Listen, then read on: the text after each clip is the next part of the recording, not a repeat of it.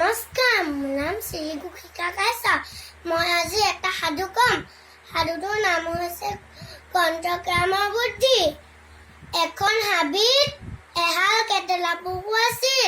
তাহাঁতৰ এটা পোৱালি আছিল। পোৱালিটোৰ নাম ৰাখিছিল কণ্ঠগ্ৰাম। এবাৰ কণ্ঠগ্ৰামৰ মাক বাপেকৰ অসুখ হ'ল। মাকে তাক ক'লে, বোপাই আমাৰ বেমাৰ হোৱাৰ কাৰণে তই বৰ শুকাই খিনাই গৈছ। জংঘলৰ মাজতে এজোপা নাচপতি গছ আছে, তই খাগে যা। মই বাৰু খাওঁ, কিন্তু তোমালোকে কি খাবা? আমাৰ কথা চিন্তা কৰিব নালাগে। সেই বুলি মাকে ক'লে আৰু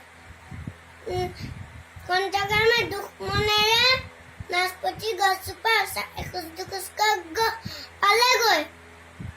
সি কেইটামান নাচপতি খাই ভাবিলে, মই বাৰু খালো, এটাতো দেউতালে মুখতে নিব পাৰিম, সেইটোতো দেউতাই খাওঁতে শেষ হ'ব, মায়ে কি খাব? সেই বুলি কৈ সি এটা বুদ্ধি খেলালে।